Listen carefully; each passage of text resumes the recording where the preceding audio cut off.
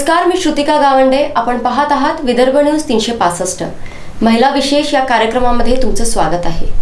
आपल्यासोबत आहे जिल्हा परिषद अमरावतीच्या प्राथमिक शिक्षणाधिकारी प्रिया देशमुख. तुमचं खूप खूप स्वागत आहे आमच्या महिला विशेष या कार्यक्रमामध्ये. एकंदरीत तुमची कशी ओळख करून द्याल आमच्या प्रेक्षकांना? मी सुरुवात माध्यमिक शिक्षक म्हणून कार्य केलं. माझा विषय गणित होता. मी शासकीय आश्रमशाळा पैठण तालुका अकोले जिल्हा अहमदनगर येथे कार्यरत होती. दरम्यानच्याच काळात मी MPSCची तयारी केली आणि माझं सिलेक्शन झालं. हे सगळं लग्नाच्या आधी एक्झाम दिलेली होती, मात्र पोस्टिंग मला लग्न झाल्यानंतर मिळाली. शिक्षिका असताना तुमच्या डोक्यात हे कसं काय आलं की मी आता स्पर्धा परीक्षेकडे वळायला हवं? नाही, अगोदरच जेव्हा ग्रॅज्युएशन ॲक्च्युली आपल्याकडे असं राहतं की मराठवाड्याच्या तुलनेत विदर्भामध्ये इतकी जागरूकता नाही MPSCच्या एक्झाम्सची वगैरे. तर जेव्हा ग्रॅज्युएशन झालं तर आता पुढे काय करायचं हा जेव्हा प्रश्न आला तेव्हा MPSC ही एक्झाम असते आणि त्याच्यानी पैसे न भरता कोणतंही डोनेशन न देता नोकरी मिळते असं जेव्हा समजलं तेव्हा MPSCची तयारी सुरू केली. आणि त्या अगोदर पण मी MPSCची इंटरव्ह्यू STI PSIच्या मेडिकलपर्यंत गेली होती. मेडिकल आणि फिजिकलमध्ये माझी हाईट 4 मिलीमीटर्स कमी पडली, त्याच्यामुळे मी रिजेक्ट झाले तिथून. आता मी नशीबवान समजते की चांगल्यासाठीच कदाचित ते झालं असेल. मी MPSCचे याच्या अगोदर पण 2 इंटरव्ह्यू दिले होते. नायब तहसीलदार जी एक्झाम असते MPSCची क्लास 2 क्लास 1 साठी, त्याच्यासाठी पण इंटरव्ह्यू दिलेला होता अगोदर. तेव्हा असं काही ठरवलेलं होतं की मला हीच पोस्ट पाहिजे, मी या पोस्टसाठी अभ्यास करते? मला खरं तर महसूल हे अट्रॅक्शन होतं माझं तेव्हा, पण नंतर काम करता करता टीचरशिपमध्ये मला याचा ओढ लागली, शिक्षण विभागातच काम करण्याची, आणि तशी संधी पण मला चालून आली. मग 2009 मध्ये ॲड आली MPSCची शिक्षण विभागासाठी स्पेशली, तेव्हा मी प्रयत्न केला. आणि जेव्हा तुम्ही ऑलरेडी टीचर होताच, त्याच्यानंतर जेव्हा स्पर्धा परीक्षा द्यायची आणि शासकीय नोकरीकडे वळायचं असा निर्णय तुम्ही घेतला, तेव्हा हे घरच्यांना माहित होतं आणि घरच्यांच्या काय प्रतिक्रिया? माझा जेव्हा शिक्षण सुरू केलं तेव्हापासूनचा पण एम होता की मी नोकरी करणार आहे, स्वतःच्या पायावर उभी राहणार आहे, आणि त्या एमच्याच याने मी कंटिन्यू प्रयत्न केला. त्याच्यामुळे माझा या गोष्टीवर खूप विश्वास आहे की जर आपण एखादी गोष्ट ठरवली तर ती नक्की होते. अच्छा.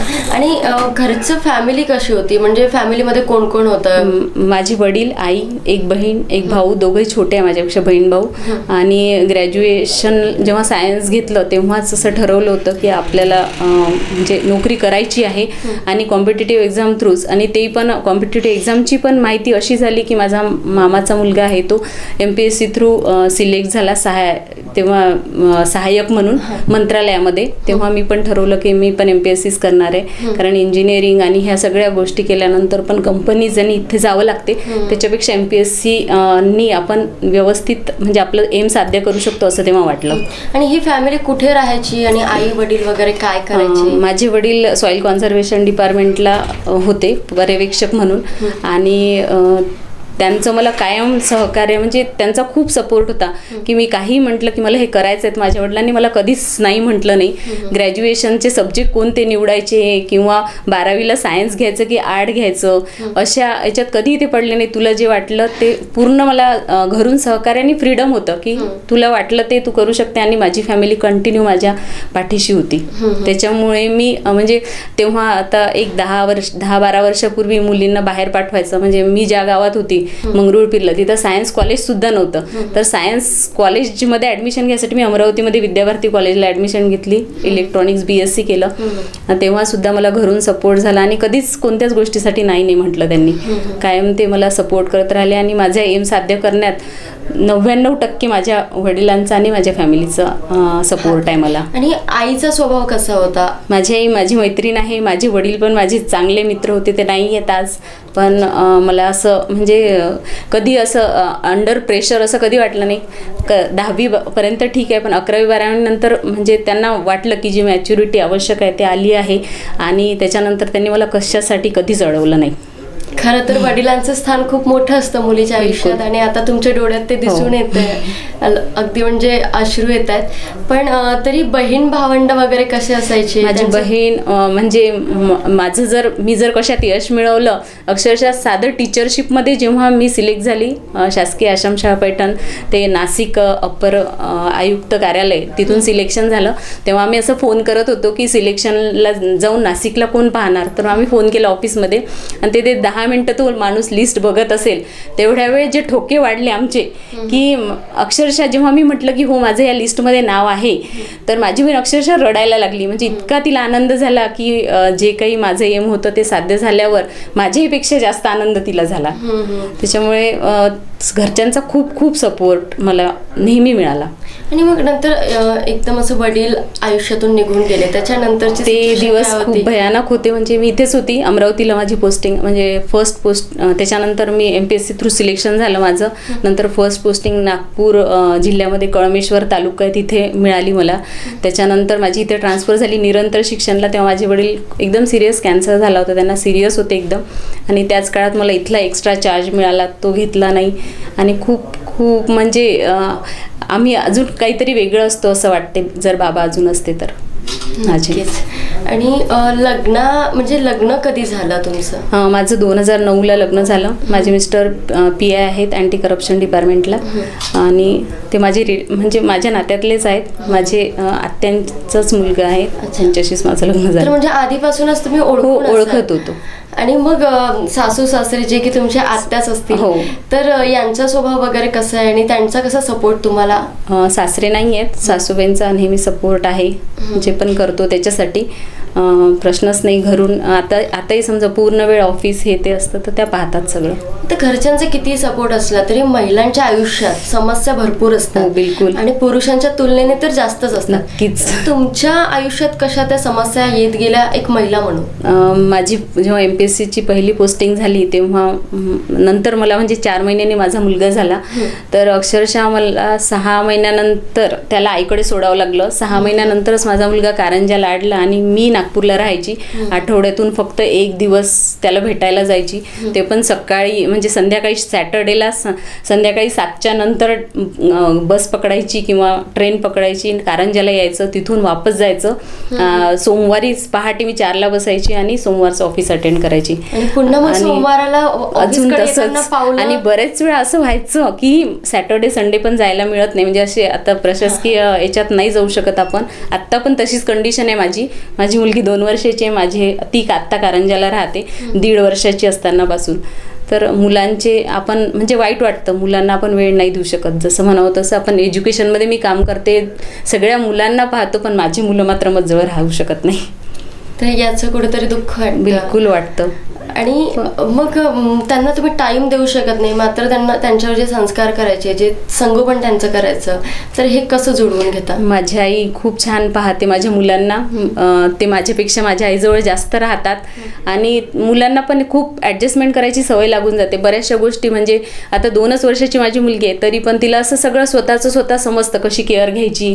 ती आपल्याला सांगते मम्मा असं नाही करायचं, तसं नाही करायचं. असं म्हणजे मॅच्युरिटी खूप लवकर येते मुलांमध्ये, कारण त्यांना कुठंतरी इन्सिक्युअर आतमध्ये वाटत असेल की आपली आई वडील जवळ नाही आहेत आपल्या, आपण दुसरीकडे राहत आहे. तर त्याच्यामुळे ते आपोआप सेट करून घेतात स्वतःला आणि आपोआप ॲडजस्ट करतात. मुलगा पण माझा आत्तापर्यंत, आता मी इथे आहे, एकटा आहे घरी, पण तो राहतो. हाताने जेवण घेणे हे मुलं माझे 3 वर्षाच्या नंतर सगळे शिकतात. म्हणजे लहान मुलांचं सांडणं वगैरे असं असते, पण त्या मानाने आपण जर ते जर इन्सिक्युअर फील करत असतील तर त्यांच्यामध्ये मॅच्युरिटी लवकर येते असं मला वाटतं. आणि तुम्ही स्वतः एक शिक्षण अधिकारी आहात आणि पाहायला गेलं तर तसं सावित्रीबाईंपासून शिक्षणाचं महत्त्व कळलं की स्त्री शिक्षण किती महत्त्वाचं आहे. मात्र तुमच्या नजरेतून स्त्री शिक्षण काय आहे आणि ते किती महत्त्वाचं आहे? आत्ताची जर बाहेरची कंडिशन पाहिली तर स्त्री शिक्षण तर आवश्यक आहेच. त्याच्याशिवाय आत्ताची सध्याची निकड अशी वाटत आहे की सेल्फ डिफेन्स ह्या सगळ्याच गोष्टी आणि महिलांनी आपलं अस्तित्व निर्माण करायला पाहिजे आणि जे काही आता चाललंय त्याच्यावर कसं डिफेन्स करता येईल याच्यासाठी नक्की उठणं गरजेचं आहे. म्हणजे फक्त शिक्षण घेतलं, आपण मोठ्या मोठ्या पोस्टवर काम करत आहे, पण एक मानसिकता बदलवण्याचं पण काम करणं खूप आवश्यक आहे. आणि ही जी गोष्ट तुम्ही सांगितली की याची खूप गरज आहे, तर यासाठी तुम्ही तुमच्या परीने कसे प्रयत्न करता? आम्ही शाळांमध्ये आत्ता पण आम्ही एक प्रोग्राम राबवत आहे पॉक्सो अंतर्गत. एक आत्ता आमचं एक स्कीम, म्हणजे नाव अजून त्याला ठरलं नाही की नेमकं काय द्यायचं. 1 ते 5 साठी आम्ही एक बॅनर तयार केलंय, ज्याच्यामधून आम्ही सगळ्या ज्या काही विकृती आता समाजामध्ये दिसतात त्याच्यासाठी अवेअर करायला, मुलांमध्ये अवेअरनेस आणण्यासाठी आम्ही प्रयत्न करत आहे. त्या प्रोग्रामचं नाव डिसाईड झालं नाही अजून. फक्त मुलींसाठी की मुलांसाठी? नाही, मुलींसाठी दोघांसाठी आहे. मुलींसाठीच म्हणून नाही, कारण समाजामध्ये आपण पाहतो की मुलांसोबत छोट्या मुलं सुद्धा सिक्युअर आहे असं आपण म्हणू शकत नाही सध्याच्या कंडिशनमध्ये. आणि एज्युकेशन म्हटलं की मुलं मुली आम्हाला सारखे आहेत. आम्ही दोघांसाठी पण असा प्रोग्राम राबवत आहोत. मात्र जेव्हा तुम्ही या सगळ्या घटना पाहता किंवा ऐकता तेव्हा कुठेतरी म्हणजे वाईट वाटत असेल, तर काय असं वाटतं? खूप वाईट वाटतं. एक मुथा फाउंडेशन मूल्य संवर्धन जे म्हणतो ते पण राबवत आहे. मूल्य संवर्धनाचे बरेचसे कार्यक्रम, आता पण 14-15 आपल्याकडे कार्यक्रम आहे मूल्य संवर्धनाचा, ज्याच्यामध्ये शिक्षकांनी खूप मोठं काम केलेलं आहे. वेगवेगळे पोस्टर्स तयार करणे, नंतर व्हिडिओज तयार करणे, यूट्यूबवर बरेचसे व्हिडिओ अपलोड केलेले आहेत या संबंधाने. आणि कार्टून च्या स्वरूपात आम्ही ते व्हिडिओज मुलांना दाखवतो आणि त्याच्यामध्ये अवेअरनेस निर्माण करण्याचा प्रयत्न. ते दाखवलं की ते लवकर हे करतात. आणि स्त्रियांसाठी जसं तुम्ही सांगितलं की सेल्फ डिफेन्स गरजेचं आहे, तर अशा पद्धतीने आणखी काय म्हणजे स्त्रियांसाठी आपण दिलं की त्यांचं स्त्री सबलीकरण किंवा सशक्तीकरण आपण म्हणू शकू? असं अवेअरनेस आणणं गरजेचं आहे. आणि जी भीती वाटते असं कोणत्या गोष्टी डिस्कस करायची, ते आता भीती वाटण्याचं कारण नाही असं वाटतं. आणि आपण आता 20व्या शतक उलटून जातोय पुढे, तर अशा कंडिशनमध्ये ज्या जुन्या गोष्टी आहेत की हे बोलायचं नाही ते बोलायचं नाही असं करण्यापेक्षा फ्रीली आपण सगळ्या गोष्टी शेअर केल्या तर समोरच्यावर आपोआपच त्याचं नियंत्रण होऊ शकते असं वाटतं. आणि तुम्ही तुमची, जसं की तुम्ही आता एवढ्या मोठ्या क्षेत्रात काम करतात, मात्र तुम्ही बालपणापासून ते आत्तापर्यंत स्वतःची काळजी कशी घेतली या सगळ्या गोष्टीमधून? माझ्यामध्ये खूप डेअरिंग आहे. मी अजिबात कोणाची एकही म्हणजे अशी चुकीची गोष्ट मी आजपर्यंत सहन केली नाही. मला घरात पण आमचं तसंच वातावरण होतं.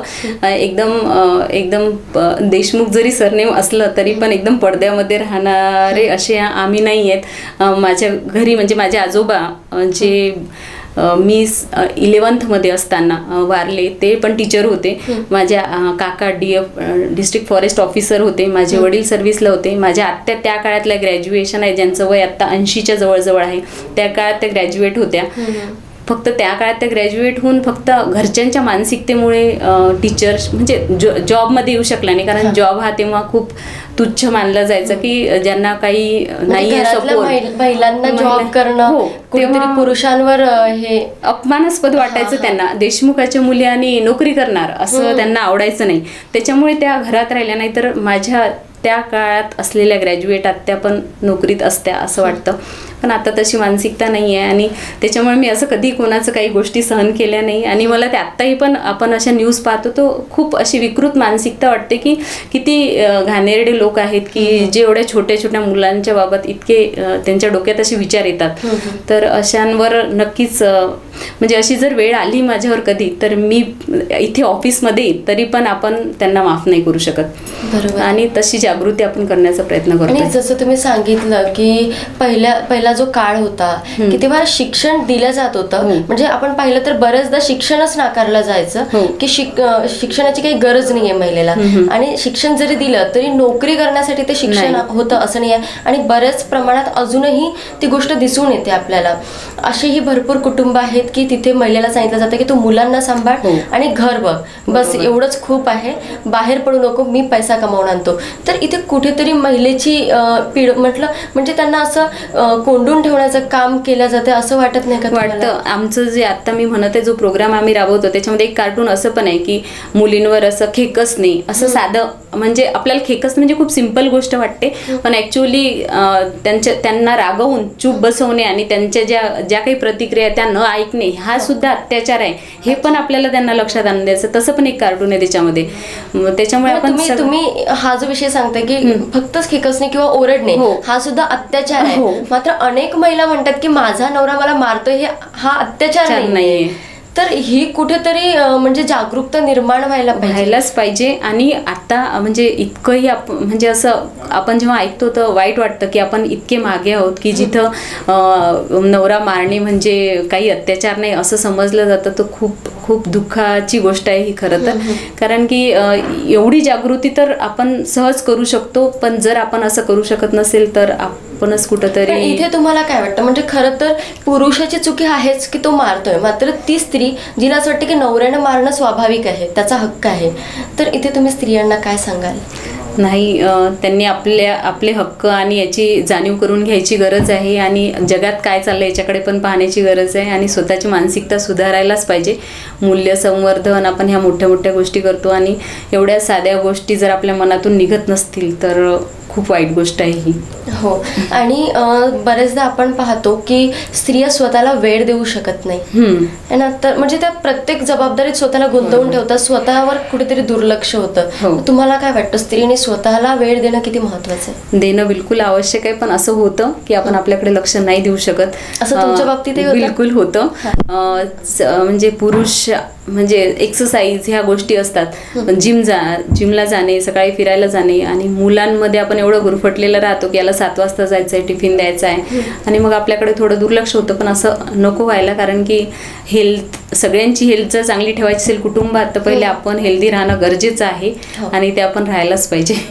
आणि तुमच्याकडे जर कधी वेळ असला थोडाफार तर तो तुम्हाला कुठे घालवायला आवडतं, म्हणजे असं काही छंद किंवा आवडी आहेत तुमच्या? हो, आता सध्याच्या कंडिशनला तर मी माझ्या मुलांकडे जाते हौशीने, आणि मला फिरायला आवडतं मुलांना घेऊन गार्डनमध्ये किंवा असं आउटडोर जातो आम्ही 2 दिवस फिरायला. तुम्हाला इथपर्यंतची जी तुमची जर्नी आहे, या जर्नीमधलं तुम्हाला स्वतःतला एखादा असा गुण कोणता जास्त चांगला वाटला की त्या गुणामुळे मी इथवर येऊ शकले?